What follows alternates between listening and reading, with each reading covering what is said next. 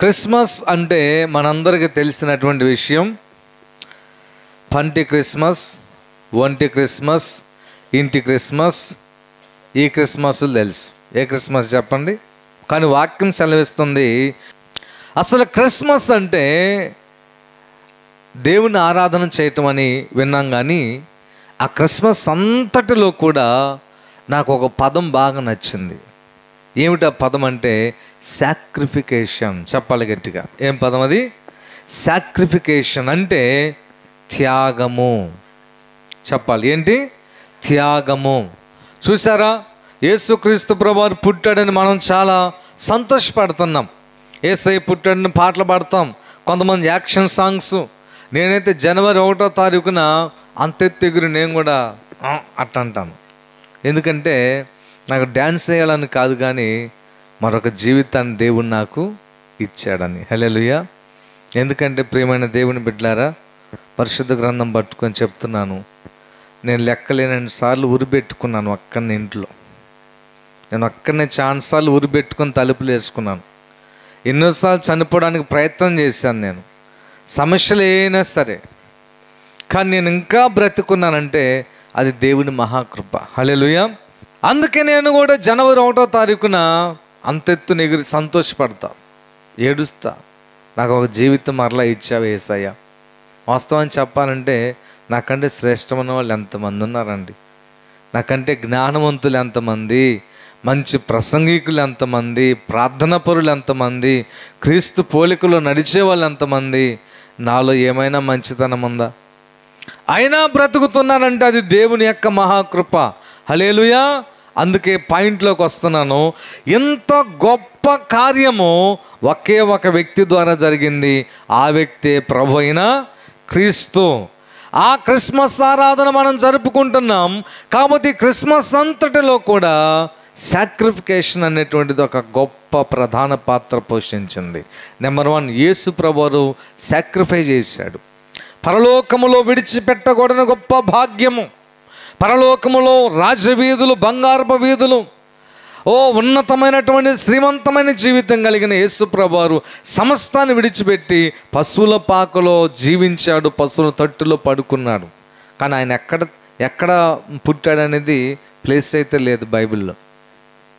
యేసు ఎక్కడ పుట్టాడు అనే క్వశ్చన్ మిమ్మల్ని చేస్తే మీరందరూ ఏమంటారంటే పశువుల పాక అంటారు. అదేం లేదు బైబిల్లో, పశువుల పాక కాదు. దేవుని సంకల్పం ఏంటంటే ఈ ప్రపంచం అంతటిలో కూడా యేసు అంత దరిద్రమైన పుట్టుక ఎవరికి ఉండకూడదు. ఎందుకంటే మనలను ధనవంతులుగా చేయటం కొరకు ఆయన దరిద్రుడాయను. వాక్యం నెరవేర్చబడాలి. హల్లెలూయా. స్తోత్రం చెప్పండి ఒకసారి. కనుక ప్రియమైన దేవుని బిడ్డలారా, సాక్రిఫికేషన్ యేసుక్రీస్తు ప్రభువారిలో ఉన్నది. రెండవది, తల్లి కూడా తన జీవితాన్ని సాక్రిఫై చేసింది. ఆమె ఒక కన్యక, ఒక పురుషునికి ప్రధానం ఎంగేజ్మెంట్ అయిపోయింది. నెలకో 10 రోజులకో పెళ్ళని అనుకుంటా ఉన్నారు. అదే తరుణంలో దూతగారు ప్రత్యక్షమై గర్భఫలం నీకు రాబోతుంది, పరిశుద్ధాత్మ ద్వారా పుట్టబోయే అబ్బాయి ఏదో సామాన్యమైన మనుషుడు కాదు, సృష్టికర్త పుట్టబోతున్నాడు, యేసు పుట్టబోతున్నాడు అని చెప్తే ఆ మరి అంటది, మీ అందరికి తెలిసిన విషయమే, ఇది ఎలా సాధ్యం? పురుషునితో నాకు ఎలాంటి సంబంధం లేదు, ఇంకా నాకు పెళ్ళి కాలేదు కదంటే, ఇదిగో పరిశుద్ధాత్మ ద్వారా నీకు గర్భం వస్తుంది, కాబట్టి నీవు ధైర్యంగా ఉండాలి, అది ఇదని చెప్పి వెళ్ళిపోతుంది. మరియ దాన్ని యాక్సెప్ట్ చేస్తుంది. కానీ అంగీకరించటం అంత తేలికైన విషయం కాదు. ఊహించండి ఒక్కసారి, తన యొక్క సొంత భర్త, కాబోయే భర్త, సొంత తండ్రి, తల్లి, స్నేహితులు అనేక మంది ఆమెని అనేక రకాలుగా నిందలు వేశారు, ఆమె మీద నిందించారు. ఎలాగో తెలుసా? తల్లి దగ్గరికి వెళ్ళి ఏం చెప్పుకోవాలి అమ్మాయి? ఏంట్రా, ఏంది ఈ స్టమక్ ఎందుకని పెద్దదిగా కనబడుతుంది? మమ్మీ నీకు చెప్పాలనుకున్నాను కానీ నువ్వేమనుకుంటావని భయంగా ఉంది. ఏంటో చెప్పు. ఇప్పుడు నేను 5వ నెల గర్భిణి, 6వ నెలల గర్భిణి. అరే ఏంటి నువ్వు మాట్లాడేది? ఎక్కడ తప్పు చేశావు? ఎవరితో పాపం చేశావు? తల్లి అనే మాట లేదమ్మా, దేవుడు ప్రత్యక్షమయ్యాడు. నమ్ముతారా ఎవరైనా? దేవుడు నీకు ప్రత్యక్షమయ్యాడా? యెషయా గారికి, ఇర్మియా గారికి, మోషే గారికి ప్రత్యక్షమయ్యాడంటే నమ్ముతాము తప్ప నీకు ప్రత్యక్షమయ్యాడంటే మేము నమ్ముతామా? దొంగ మాటలు చెప్పొద్దు, ఎక్కడో తప్పు చేసి ఆ నెపాన్ని దేవుడి మీద వేయొద్దు అని తల్లి ఎన్నో మాటలు అనే ఉంటుంది. స్నేహితులుండి నువ్వు చాలా మంచిదానం అనుకున్నానే, మా స్నేహితురాలని గర్వంగా చెప్పుకున్నా ఇప్పుడు దాకా, కానీ ఇలాంటి దౌర్భాగ్యురాలవా ఎంతోమంది అని ఉంటారు. కానీ యేసుని నువ్వు కలిగి ఉండాలంటే నిందలనే బాటలో పోవాలని గుర్తుపెట్టుకోవాలి. హల్లెలూయా. యేసును ధరించిన, యేసును నువ్వు మోయాలన్నా, సిలువను మోయాలన్నా సరే నిందలు నువ్వు భరించక తప్పదు. నువ్వు సాక్రిఫైస్ చేయాలి.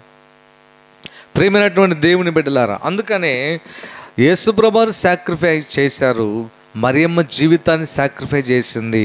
యోసేపు కూడా తన యొక్క భవిష్యత్తుని సాక్రిఫైస్ చేశాడు. ఎవరో దేవుడు యోసేపు దగ్గరకు వచ్చాడు అనుకుందాం. నీ భార్యను చేర్చుకోరా, అనుమానించబాక అన్నాడు. ఓకే, మంచిదే. వెళ్ళి తన భార్య దగ్గరికి వెళ్ళేటప్పుడు వాళ్ళ నాన్నుండి, ఎరా ఎక్కడికి పోతున్నావు? అదే అమ్మాయిని తెచ్చుకోవడానికి. నీకేమన్నా మైండ్ పని చేస్తుందా? అరే ఎక్కడో చెడిపోయిందని తెచ్చుకుంటానంటావేమిరా? మీసాలు లేవా? రోషం లేదా? నువ్వు మగాడివి కాదా? ఎన్ని రకాలుగా అని ఉంటాడు వాళ్ళ నాన్న. అయినా పర్లా దేవునికి లోబడి అవమానాలు, నిందలు భరించడానికి ఇష్టపడ్డాడు. స్నేహితులు కూడా ఆయన ఎగతాళి చేశారు, అయినా కానీ దేవుని మాటకే లోబడ్డారు. ప్రియమైన దేవుని బిడ్డ, సాక్రిఫై అనేది లేకపోతే క్రైస్తవ జీవితం లేదు. హల్లెలూయా. మరియ సాక్రిఫై చేసింది, యోసేపు సాక్రిఫై చేశాడు, యేసయ్య సాక్రిఫై చేశాడు, ఇంకా చాలామంది ఉన్నారు ఆ క్రిస్మస్ సందర్భంలో. కానీ నీవు దేవుని కోసం ఏం సాక్రిఫై చేస్తున్నావు? దేవుని కోసం నీ సమయాన్ని సాక్రిఫై చేస్తున్నావా? నీ ధనాన్ని సాక్రిఫై చేస్తున్నావా? దేవుని కోసం నీ యొక్క ఈగోని సాక్రిఫై చేయగలుగుతున్నావా? ఏదైనా పరిచయం చేయాలని చెప్పినా కానీ, దైవజనుడు ఏదైనా ఒక మాట చెప్పినప్పుడు కానీ నీ సమస్త ఆ యొక్క పలుకుబడిని సాక్రిఫై చేయగలుగుతావా? ప్రియమైన దేవుని బిడ్డలారా, నిజమైన క్రిస్మస్ అంటే త్యాగం అని గుర్తుపెట్టుకోవాలి. త్యాగము నీకు లేకపోతే యేసు నీలో జన్మించనట్లే. దేవుడి మాటలు దీవించుగాక. కళ్ళు మూసుకోండి, ప్రార్థన చేద్దాం.